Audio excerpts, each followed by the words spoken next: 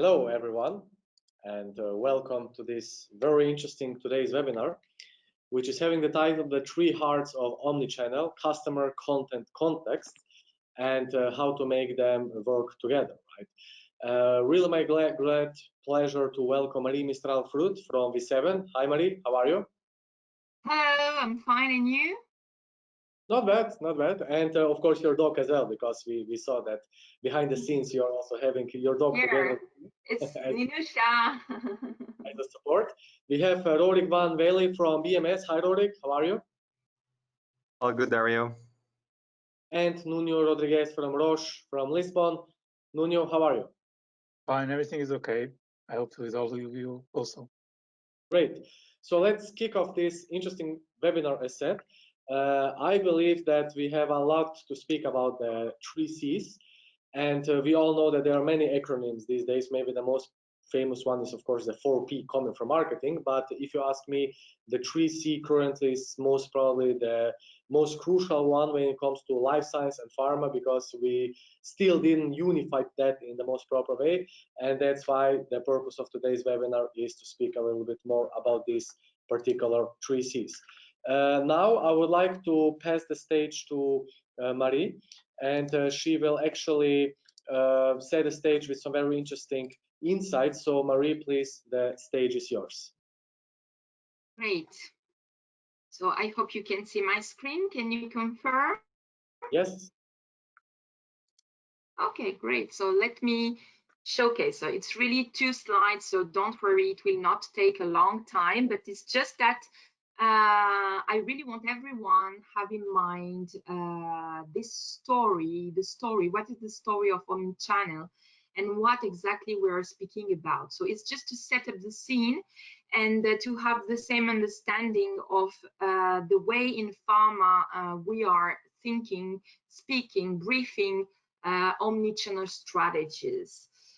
So first of all, we have mainly sales reps, or we can call them how we want, CAMs, key account managers, or whatever we want, that basically are doing one job, which is to speak to the HCP or to speak to a pharmacist, or to speak to a client, let's say more generally, or maybe for the pharma that are really lucky, they can speak directly to their patient client, but this is really not the case of most of the company in the world, because there is a lot of regulation. So, and basically this sales rep, it was the only channel that the pharmaceutical company was having the past years, and he was trying to get data from the HCP, from their clients,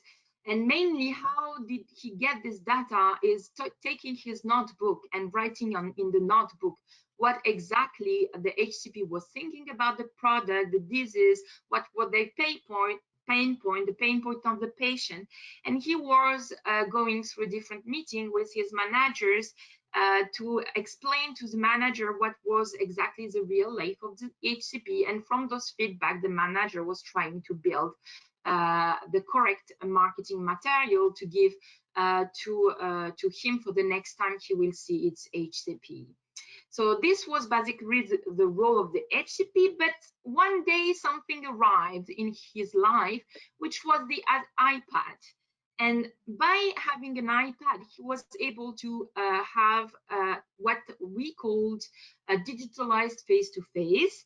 And this digitalized face-to-face was a big mess for a long time. So this means that it begins just by having their e-detailing in a PDF mode inside the iPad, and they was just switching from a slide to another to explain this, and little by little those PDF became interactive, so there was navigation, there was flow, but it was really complex for them, because in the real life sales rep were going only on specific messages, because there was the pieces of messages that was making sense for the HCP.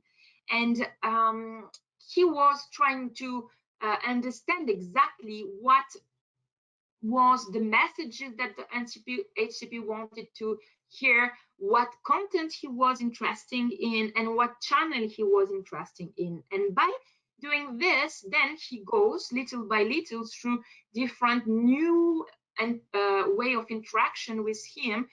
So he tried approved email, and instead of mass mailing, because it was more personalized, and also there was a possibility to validate it from an MLR standpoint prior to send it to the HCP. So it was, let's say, regulation safe. So, and then they have understood that they should go for understanding more the real life of the client and maps this real life. So they began to create surveys, especially surveys into details and interactive way of using the iPad. This means that not only the sales were running the content inside the iPad, but there was also asking the HCP to touch the iPad and to have interaction with these iPads. And finally, thanks to this interaction and to the collection of the data from the HCP, we were able to begin to identify if one HCP was more or less at ease with one or the other key messages, and we were able to identify his motivation, his preference in terms of messaging. And thanks to this, for example, one of the key result of this analysis is that we have understood that finally, instead of going for product-oriented materials, we should go from scientific and medical material to initiate the conversation with the HCP. And then when we have this first pass with the HCP, we are able to go for product messages. But we cannot have those data, we cannot have this inside the machine, because the basics to make this available was the iPad, but also behind the iPad, there was the data collector. This is what we call the CRM, which is the place where instead of being the notebook of the sales reps begin to put inside the CRM what he or she was putting inside his notebook, to be able to make this data available and accessible to the rest of the company and make analysis from this. But to have this data and make this data the most consistency as possible and the more relevant, then we need to increase user interactions, because if there is no user interaction, there is no data. So, and if there is few data, the analysis that we are doing for from this few data make no sense, because it's just for a few HCPs and a few content. So then, to increase interaction, we have understood that content was king, and if we want this content to be, let's say, to be used and to be relevant, this content should answer a specific HCP needs, HCP requirement. And then with that, we were able to create interaction. And with this content, we could create interaction not only on the sales rep face-to-face interaction, but also on other channels. And here we begin the story of multi-channels. The problem is, by having multi-channels, the HCP was having, let's say, a lot of different messages that was always the same from all the different channels, and it was not orchestrated with no sense. So he was bothered by, like we are all bothered by a lot of communication we have into our mailing, too much information, kill information. So that's why we begin a story which was to train the sales rep to be the one that will push the button of the remote control and say, I really know my HCP, so I know when I have to put one content to the correct channel at which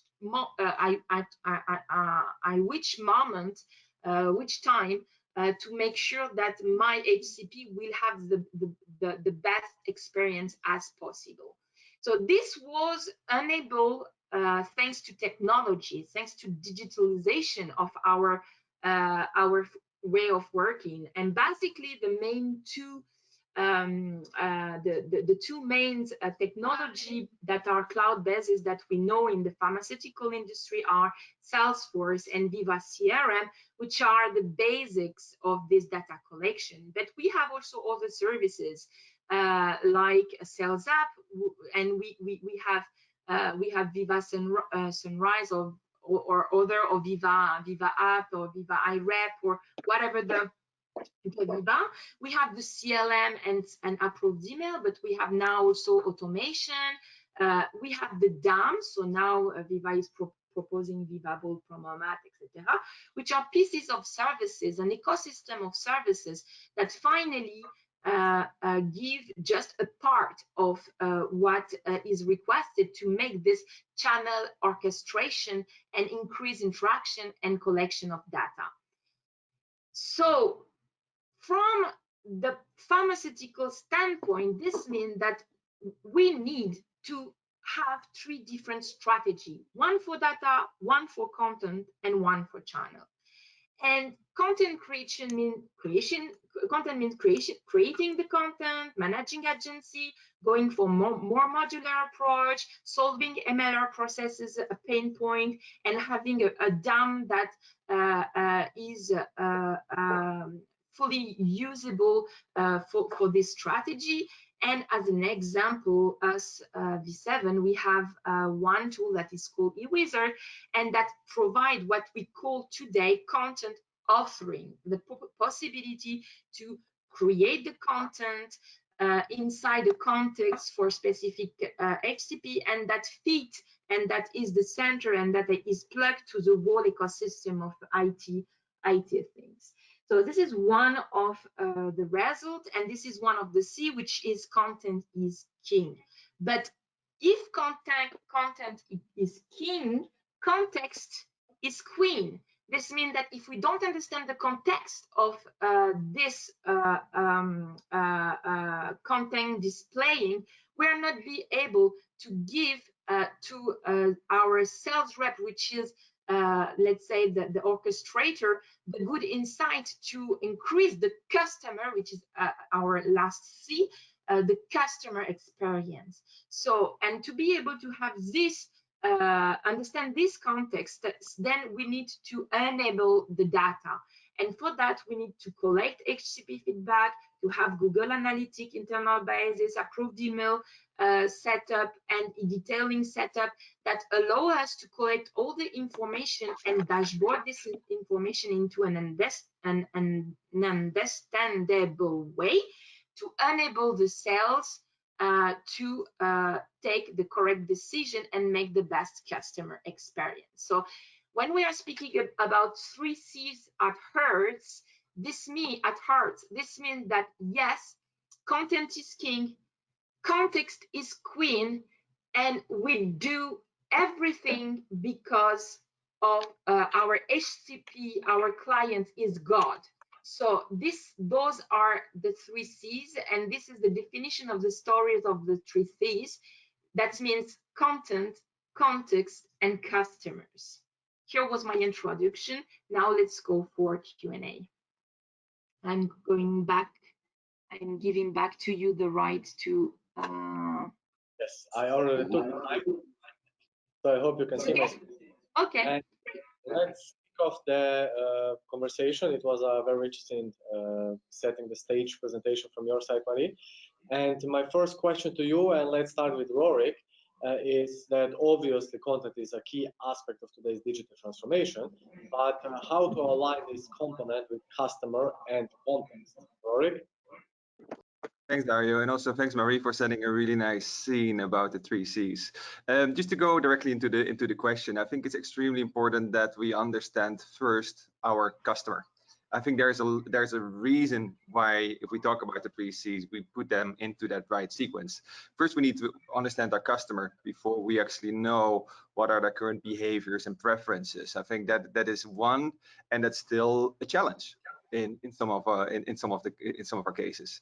Secondly, is identifying what is the right content based on current behavior, current preferences, or current beliefs. Also, that is still a challenge, and I think we're throwing in a third challenge, and that's context. And context to me really is all about where and how and when will actually be the content displayed to this customer.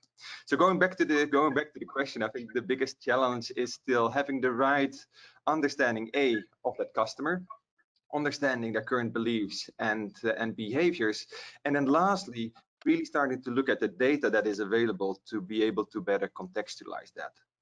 The only thing I'd like to add and complement what Marie has been outlining very nicely before is it's still viewed and feels like a very web-driven model. I believe the future is almost web agnostic. I still believe the web will play an extremely important role, but I think if we really start to listen to our customers, understand which content they want to consume with us in order to remain relevant, and then lastly look at the context, I think we're going to see much more less face-to-face because of the different dynamics we're in now, but also if we simply look again at the first C, our customer, and the preferences that they have. Thank you. NUNO? Well, to be honest, I don't know what I can add now, but basically, no, we can spend hours talking about it, and you're totally right. So content is the king, context, we can call it the queen. I like the association that Marie developed, but the customer is the key player here. We need to understand who it is, what kind of interaction he wants to get from pharma content, but also understand what is the relationship, what is the feedback related to our content and the context that we are interacting with him. So it's not just pushing, it's not just talking. You need to interact, to listen to his feedback, to understand if we are going on the right direction. So the customer really plays the difference here. He's the person that we are trying to reach, pass the message in the right context. So when, how, and also the why we are reaching him. And we cannot forget to keep it, and we talked about this previously, about keep it simple. We cannot afford, or we cannot lose the customer, because in every kind of interaction we are doing in this digital environment, we decide to make it different, to make it complex, to make it funny or attractive. To be honest, we have here a call, 4 screens, simple talks, no avatars walking around, nothing special. And this brings us to a second topic, is the content. If the content is right, we can have the most simple thing, but the message is there. Marie? So I fully agree with both of you. So as I said, for me, customer is God. So if I don't understand God, what should I do? So yeah, it gives us the motivation and the wish and the why we want to deliver and we want to work. And if we don't have this in mind, and we are only thinking about money, then we are losing what is exactly our value on the market. So our value on the market is to provide services that is making the difference for our customer and making their life easier. And I really agree with you, NUNO, when you said we don't have to create, let's say, the biggest, the most animated content. We need to be simple and to reach exactly the pieces of need that our customer needs. And that's why we need to listen to them. And the best people to listen to them is the one that know him the best. Who is the one that know him the best? The sales rep, the one that having created this relationship for years and years, and that is continuing to continue this relation, whatever the place. And I agree with you, Rodrigue, when you say tomorrow we need to be, let's say, web agnostic or technology agnostic. This means that we should go back to what is the most important, the relation between one human and another human. If we can listen correctly, then we can answer correctly also. So just agree on everything you have said before. Thank you very much, guys. Absolutely. If I can add, it's not B2B or B2C, it's page to page, right? Which means at the end of the day, it's always human to human. So very, very interesting. Let's move forward to the next question. Key challenges of the 3C and how to make them work. Let's start with NUNO this time. Nuno? Okay, so regarding the customers, I already said that we need to know them, understand the needs, what they are really doing there. Let's be honest, we need to humanize our interaction. And who is working with analytics? For example, I'm imagining a group of sales reps using iPads connected to the CRM that are connecting all the data regarding the use of the e-detailing. And I can imagine a physician just stop in a screen about the safety of the product because he's answering a phone call, and the e-detailing is there for 5 minutes. So in terms of reporting, oh my God, the doctor is worried about the adverse event. That's not true. So we need to pay attention to these kind of small details, look to the big picture. It's not just looking to data, it's looking what that data can mean. So for the customer, is that he's keep in mind the needs, the willing, and innovate without creating noise. Maria was talking about these small details. We can always think about a dinner that we attended, a party of a friend that maybe the party was amazing, but if the food was terrible, oh my God, it's not the best approach. About the content is king, or God. God is the yes. God is the customer. Content is still the king. We need always to think about to be reliable, to be credible, and also we need to think about the information that we're giving. If we are offering a customer a certain content, do they recognize in our role, our farm, our product, our message? Do they recognize some kind of credible information? Do they understand that it's credible, or they think that the information, well, some pharma will not read it properly? Other thing is that during this context, many companies were trying to push the most interaction with customers, trying to send emails, webinars, and so on. You cannot afford to take the risk of having. I heard about the story of a pharma company that had 3 webinars at the same time from the same customers, and it was the same company. Okay, so why? Because they were working on silos, trying to reach the most of all these channels. And something that Mary mentioned on the slides was about orchestrating. We need to have a big picture of that. We cannot overlap and force. Sometimes I mention about content. For me, it will be terrible to say I don't like cinema. If I go like 10 times to the cinema to watch some kind of movie that I don't like it. It's not the cinema itself, was that type of movie. We cannot overload customers with webinars that has no sense at all, no content, because we'll get tired. They will love, and they are requesting for webinars, for example, for this kind of remote interaction, but they want it to be with meaning. Regarding the context, well, I just add something that we didn't talk about it. It is an elephant in the room, but we didn't mention it. Was that about this context of the current reality and our interaction with customers? We need to have a virus, a real virus, to change this digital mindset all over the world. So the context now is different. And I pass the ball to Dario. Thank you, Nuno. Maria, let's move forward to you. And just one, let's say, word which is bothering me in personal, because we really get a very interesting from different angles, from different companies, solution vendors, etc. And I really don't hear too often the word authentic, which I think we definitely miss in this whole 3C aspect and content, right? So maybe just to enrich the conversation, but please, Marie, we would kindly appreciate your answer on that particular question. Yeah, can you just repeat what word is missing on these three Cs? Sorry, I didn't Well, get. maybe yeah, and the one A, maybe authentic, right? So this was just my personal opinion about this. Authenticity. Exactly. Okay, great. So first of all, this one.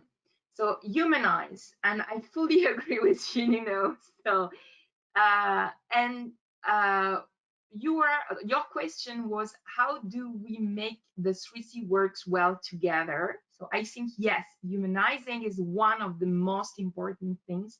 We need to give sense at a human level, but we don't have to think only about external people and our client. We also need to think about internal people and what does make sense for them. So humanize, it's really a key. It's one of the key to be able to make those 3C works together. This leads me to another problem, which is process plus internal adoption. So here we are dealing with something which is really a big pain point inside a pharmaceutical company. So I could have a full webinar just on this matter, but let's speak just about MLR and IT. So we should have a smoothly way of validating our content to make the time to market easier. Even if we have to don't create too much content, we need to create the right content, the best content at a specific moment, because this is this moment that my HCP needs this content. So if it's take 2 months to validate this pieces of content, I will just lose the opportunity. So here, MLR is a real big enabler, and we need to help them finding the best processes, the smoothly processes, to help them understand also what is risk mitigation regarding regulation and content. So there is a bit of teaching, learning, education, but there is also a bit of helping them going through their processes and see where there are the inconsistencies, and just kill the complexity where we can go fast because of the machine, kill the machine that is making the process complex, and just go back to what is the reality. And sometimes humanize is the best way to kill complexity. So again, and this will help us to orchestrate better, because what is our main most important thing is to provide value, and this value can be orchestrated just by one person, which is the one that know the best the customer, and it is the sales or the CAM or the one that has the relationship with the guys. And if we don't provide to this guy the best tools in a simple way to use, and if we don't educate them to make sure that they will adopt the solution that we are providing to him, then we are not able to provide those 3 Cs. And here we are speaking about IT. Sometimes pharma deal with a really long, old technical debt that have been created by, sorry to tell that, but it is the truth, I'm speaking truth, so always on my life, by maybe big IT companies that are not, let's say, really looking for what is the most valuable things for the client, but what is the most valuable things for their growth. So they are creating those factories, those, let's say, gas factory, big complexity, because at the end it will give them money. So this is the technical depths, and today pharmaceutical companies should look at the depths and find a solution to make this simple and kill complexity here for a better use, and then have a solution that fit the exact need of our customer, but not external customer, our internal customer. And as we were telling that customer is a god, our internal customer is also a god. So it's our employees. Done. Rodrigue?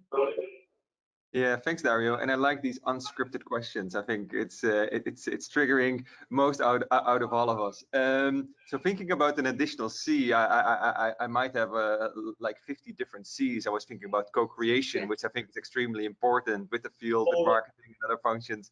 Change management is another one. But I think for me, the most important C would be culture. Because I'm pretty sure with all the attendees, A, on the panel, but B, also in the audience, they all agree on what we're saying, right? But how will we really make this happen? And to me, that really comes to culture. What's the type of culture that we can shape, that we can influence in our organizations or in our teams? And Nuno, to your earlier point, I do believe that COVID-19 is an accelerator. We now have senior leadership really asking us to reprioritize even what we're doing and making sure that this is a top priority for everybody. While at the same time, we're still catching up, I think, in a lot of companies and markets that I see inside, but also outside of the organization. So for me, it's really about culture. How can we make sure that we have the right mindset and that we are clear on why are we doing the things that we are doing and how are we doing them? And why are we moving away from our existing ways of working to something that is slightly different and might be unpleasant and uncomforting in the beginning? And I think that's really where we will be able to make the most significant change. And also the concern that I would have, COVID-19, let's make sure that we really keep the momentum as an industry, and that we drive the change in a sustainable way, not just doing the quick wins now, but really think about this in let's say longer run, but also from this let's say more culture angle, that we shape the right environment for our people, for our teams, to really live up to more customer-centric engagement. So great question, Dario. Thank you very much for it. Definitely, I just need to add to that culture always eats anything for breakfast from strategy or anything. So this might be a very good added value to this conversation. Marie, let's move forward to the next question, and let's start this time with you, which is, are today's 3C different or same than just 6 months before, or before the whole situation and crisis started? So Marie? Yeah, so this is a difficult question because we decided not to speak about COVID, but I definitely think that, let's say 10, 12 years ago, when I began my first transformation plan on digitalization and agilization of my first company, pharma company, Big 10, really big, with the biggest, let's say the number one blockbuster of product in the world. So the one who knows about pipeline know who I am speaking about. So there was asking me a question. Is that the correct moment to digitalize our pharma company? It's not too late. Or maybe too early. So when it's the correct moment? And each year I was having the same question, and each year the answer was exactly the same. Yes, it's now. Yes, it's now. But it was now not for the fool. It was now for as Rorik said, change management culture. So it was depending on the maturity. And we have, I have for the past 10 years, splitted all the company I was working in by teams. And those teams were having different level of maturity, level of understanding, level of needs. And when I was working globally, I was clustering. So if I have a 5C, I would say cluster. I was clustering some country that were sharing same culture. So culture of work, culture of regulation, culture, because it was easier to deploy and to implement big projects from global to local, what I call glocalization, from those countries that were having the same mindset and the same culture. So it was really about maturity. So yes, it was every time it was, yes, Minushka, sorry, it was the time. And today it's also the time. So yes, the 3C have changed, or the, let's say, 5 Cs have changed from 6 months to today. They have definitely changed because the context is always changing. The customer is always changing. The content is always changing with the media that we have. But finally, human is not really changing. So it's just a question of how, is not a question, is not a question of why. So finally, we just have to adapt ourselves and again, go to what is the real need of the customer and try to adapt our system and our methodology to what is requested from the customer. This is my answer. Thank you, Marie.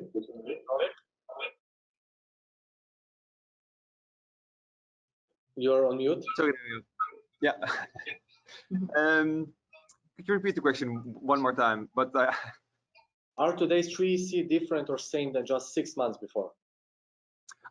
Yeah, thanks. I think the last C, the context has dramatically changed. I think that is a given, and I agree with Marie's point around we would not bring up COVID-19 too often, but I think that is definitely the biggest changer of our context. Our customer is not changing, also not the way, hopefully, how we will be relevant to them, right? But it's definitely the context that is changing. And just to reinforce what I said before, and I think also NUNO said that before very nicely, it's like a perfect momentum that we're having right now to really relook at that context, because I think we've been off before to be really contextualizing what we delivered to our physicians in the past. So for me, it's really the last C. It's the context that dramatically changed. Thank you, Rorik. Nuno? You're on mute. We are here in a competition on finding C words. Okay, we have the COVID as a C, but the culture is amazing and the cooperation also. But I will go back to the cooperation later. What have changed? Well, the customer is more demanding. He has less time, and if he's feeling a little bit more, how should I say, you don't have these face-to-face calls with Salesforce, but he's being connected every single time by phone, by video calls, and so on. So he has less time, and he's also more demanding because these moments that he has, you want to know more very shortly, and a little bit sometimes cut the small talk and go straight to the point. The content, well, the content, we have new content, let's be honest, everything is changing. We have new content related to the situation right now, the pandemic, but it's more about new channels. It's more about picking up that content and adapt it to the new reality, to new channels for interaction. And the context, of course. I cannot add more than Marie and Rorik regarding the context, everything is changed. But regarding cooperation, I think the cooperation inside the companies changed a lot and need to be really adapted, because we need to cooperate all the departments. It can be different brand teams, can be different roles, different divisions, can be regulatory, compliance, business, and digital on sites. Digital or multi-channel, omni-channel, whatever you want to know to call it, is more about omni-channel, of course. It is an aggregator of all different activities across the company. It is an enabler of a digital strategy at the at country level, at company level, as a strategy, a direction to follow. And then all the different areas should work in the customer. And now I have another C word, the centricity. Okay, so working in the customer centricity approach, having the best content for the customer in the right way with the appropriate channel.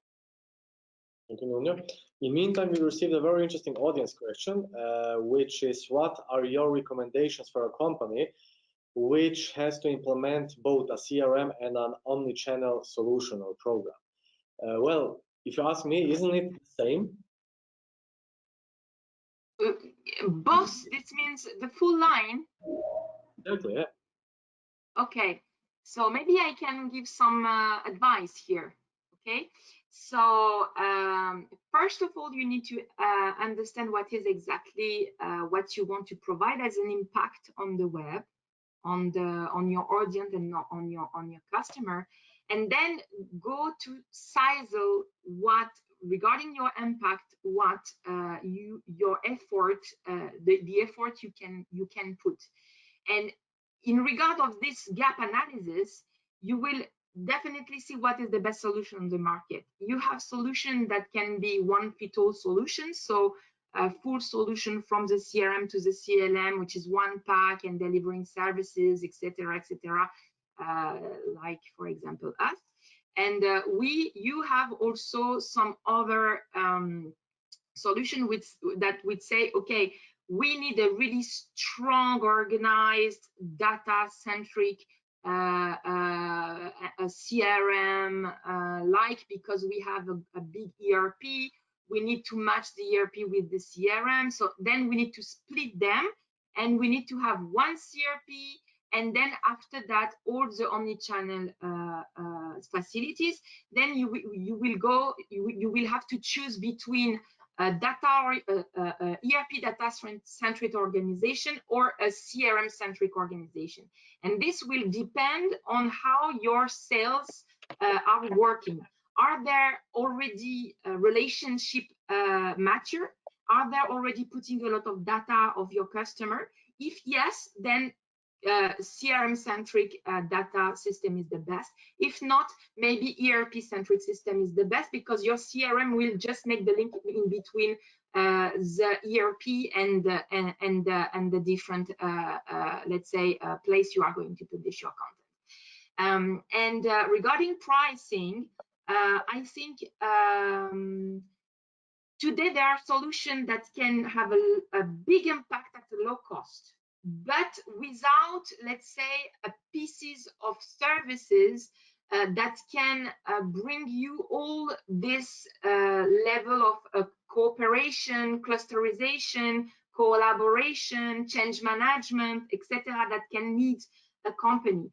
Where companies that are bigger and that are, let's say, a little bit more expensive, is that they are going to provide a lot more of expertise and services behind that will help you not only build the factory itself, CRM, CLM, plus the different channel, plus also data lake, and looking at your ERP to make it available to plug in, but that will go also for the people and see what are the people, the processes, and the tool that you are using, and make this all together work together in a simple way. So here you are going to go with big agency, big CRMs, big facilitators, etc., etc. And in brackets, we are doing also this. So we are technology agnostic, so we can do both. But when it's a big company that have already his own data organization, we usually recommend to go for a smooth integration. And when it's a new company that have everything to build from scratch, then we usually recommend to go for a turnkey solution. I hope I have understood the question and answered the question. Absolutely. Thank you, Marie. Rory, would you like to add something? Yeah, it's a pity we can't ask a substantial follow-up question, right, on this question. But I think what the most important thing is what Marie said is what is it actually that you're trying to achieve? I think that's the most important part. At the end of the day, CRM is almost like a commodity, right? Sorry. That will not be your key differentiator. It's really about how you'll actually utilize it to start engaging your customers. One very practical suggestion, if you already have an existing CRM platform or any integration with your CRM, ERP or a platform, often there's a lot of data already available, but simply not being utilized. So really think about a stepwise approach to fully utilize what you have in place before you start to bring in your vendors, go to your pitches, and a very lengthy RFP process. Because again, technology will not be the game changer for your organization. Good point. NUNO? I will pick it up on that, Eric. Totally right.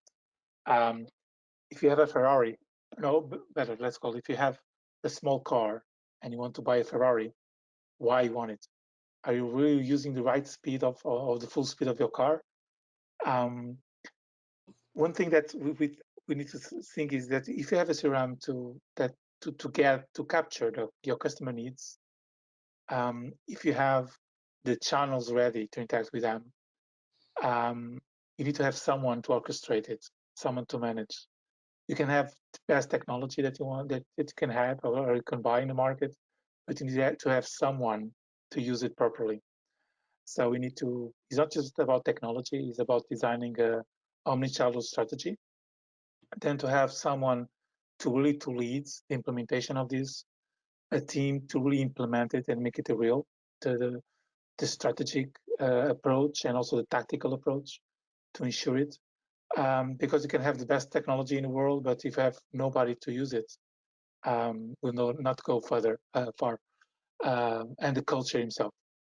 We mentioned here, Marie and Rorik, also about the let's call the digital transformation, the change, the change management, the different approach, the way we're looking to the interaction.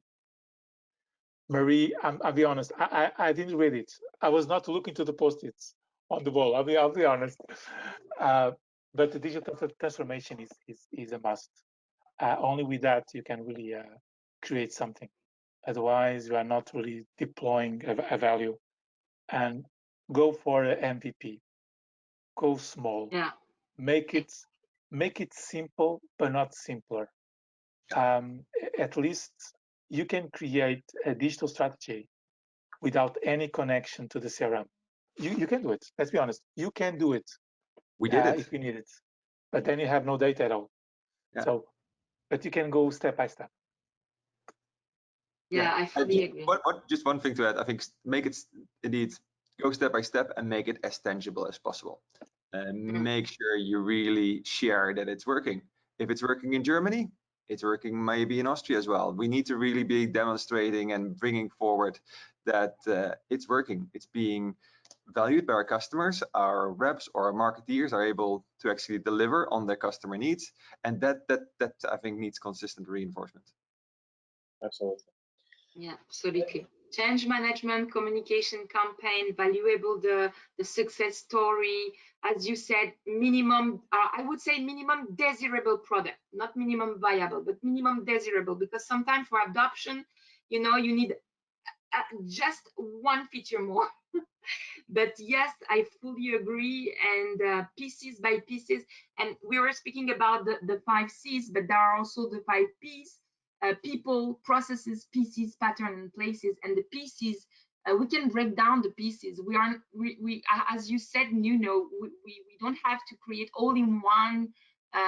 We should see what we need and go incremental and not deliver for the whole world as a top-down, but cluster and go where there is the most sense and the most value, create success story, capitalize on success story, and then deploy little by little when the need is here. I fully agree. I'm really happy to participate to this webinar with you guys.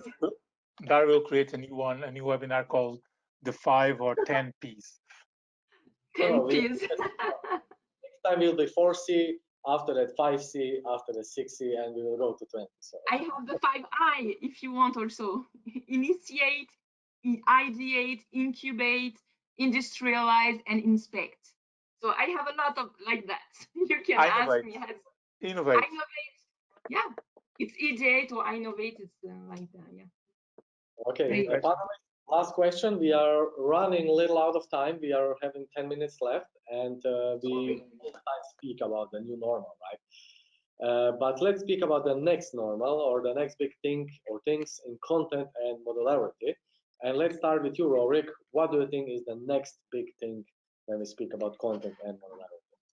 So I don't necessarily think it's the next big thing. I think it's an evolution of what many of us are currently already working on. It is about how can we make content available in a modular fashion. And I think we've all been talking about it and partly doing that.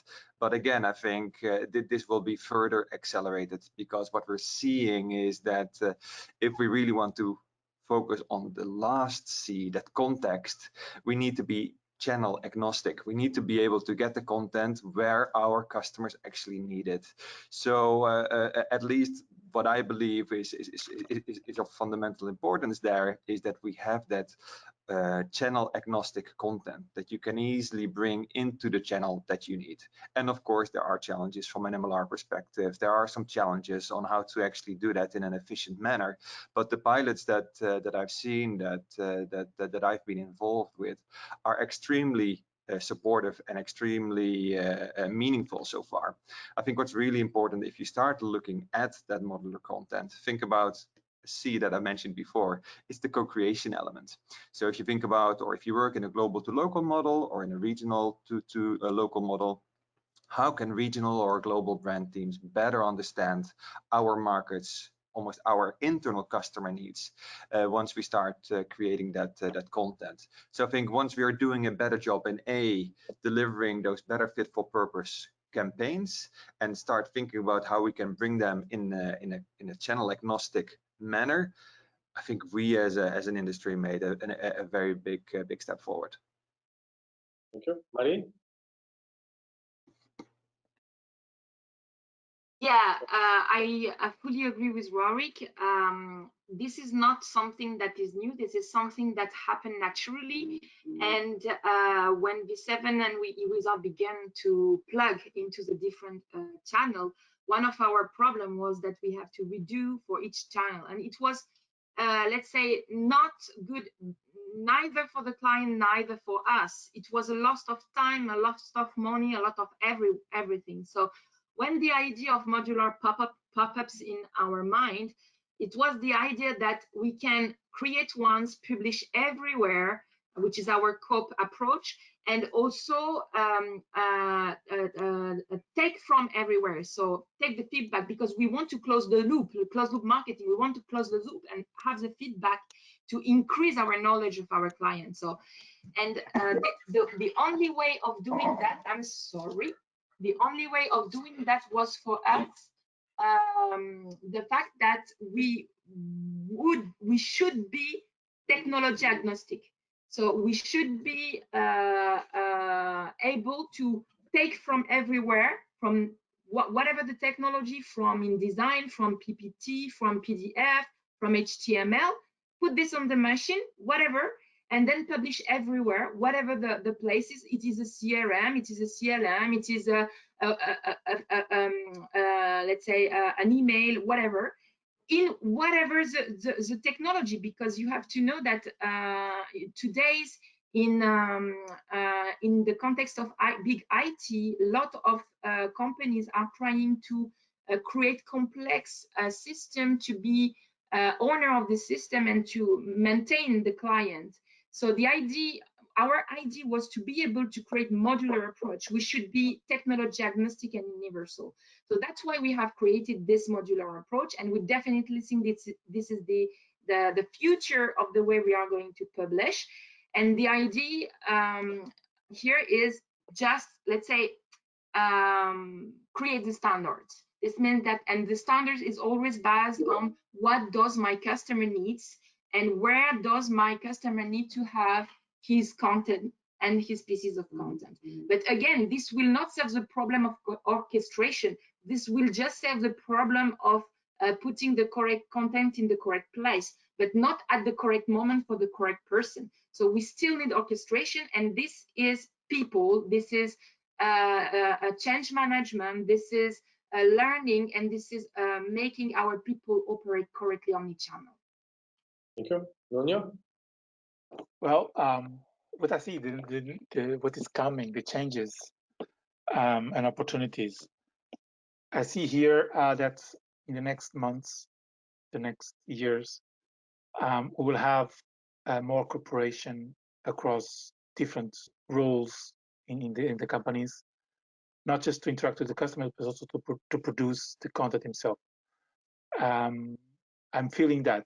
So basically, in my company, I feel that the people, the infield teams, the sales teams, medical teams, they are really engaged in digital. And this changed completely the way that we are interacting, the way that we are creating content, and where we are delivering valuable messages to the customers. So that is co-creation across the company. Other thing is regarding to innovation and time. One thing that I've learned in all the years that I've been here working in this area is that you should lose time or invest time. I will invest time to create new things, to innovate, to create something that is not ready for that moment in time, but in 1, 2, 3, 5 years, we're ready. I remember 10 years ago to be talking about the end of the detailing as we were thinking about it, before the iPads even. When the iPads arrived, we were talking about all creation of, native apps and HTML5, whatever. And I was saying, forget about it. Everything will be online. Oh, but there is no internet in the hospitals. Forget it. It will be there. So, and these changed completely. So the agnostic platform, agnostic channels, the content should be displayed independently of the tool, of the channel that they're using. And this, I see that this is the biggest challenge that is coming, is really to have this kind of omni approach to the interaction with the customer. Thank you, Nuno. And last question, which I selected from the audience, which is how to drive this type of change in marketing and sales teams. Well, if I may answer, I would answer with a C, and this is culture. But please, the stage is yours. Who would like to answer on his behalf? I can take a first crack at that. Just 1 minute, and then we all have 1 minute left. So for me, it's all about, first of all, I think there are 4 important stages when you start thinking about driving that sort of change in your organizations. First of all, making sure that your teams, your leadership team sets the right direction. A very clear vision, strategic priorities, operating model, supporting that direction. Second part is about making sure that the organization is aware about the change. Why are we changing? Clear and compelling change story in and for your organization. The third one to me is around making sure that our teams, our people can actually execute. So making sure that we have the right capabilities in place, we have supporting and efficient and simple processes, and really have a change management approach supporting that. And then the last thing, and I think we talked about that before, is really making sure that we are executing and sharing that back to our teams. So I think if we can really bring those elements together, and it's very hard, then that's how you'll make that change. Thank you, Rodrigue. I will add only 15 seconds, because what he said was amazing. That I subscribe everything. I just add something that is reallocate the budget, because if you think about the strategic approach of a brand in the market, they allocate a percentage to digital. But okay, let's increase it 10 times more, and let's shift the budget from the brand to the digital transformation team, and I'm sure that will change the thing. It's a way to drive change for sure. Yeah. Yeah, it's a way, it's a facilitator, it's an accelerator, I'm sure. So it was 12% of the budget 10 years ago in the most mature companies. Now I don't know. I would be happy to know about Roche and the others, but well, what I would say is just keep in mind that if we want to make our marketers change, we need to look at what they are doing on their daily basis. What are their objectives, their KPIs, their position, their description of job. And if we look the reality today, what we see is that our brand manager are supposed to deliver a strategy with some KPIs, and they are not supposed to create material. They are supposed to, let's say, how do we say that in English? I'm sorry, I'm losing my English. Dépenser, spend money. They are asked to spend money. They have a budget. They should spend the money on the budget, and then they are requesting to agency, to provider, and they are program or project managers. We are not asking them to think out of that. So the first place for me, if we want the company to change, is to understand the role and the responsibility of each of the components of this omni-channel chain, And for each of the pieces, the people, we need to redefine their role and responsibility and adapt the full chain and the KPIs and the money, for example, to this chain and to what we want to deliver. And this can come only from the top. So it is something that has to be understood by the top manager. And when top manager understand this and review the strategy and review the way they are organizing their capabilities and the capacity, then we can go for a bottom-up approach that Rorik was explaining. This means that learning by doing and doing by showing and increasing adoption by sharing the good success, etc., etc. But we really need to understand who are the people we have inside and why they are acting like this. Sometimes there are some fears, some problem. For example, in MLR, I will give a simple example for France. The head of MLR is legally responsible of each of the problem of the promotional material. So if there is a promotional material that is wrong, he can go to the prison as a person. So how do you want the head of the regulatory say yes to take risk if he can personally go into prison because he made a mistake? So we have to have this in mind. What are doing our employees exactly, and what are they requested to do?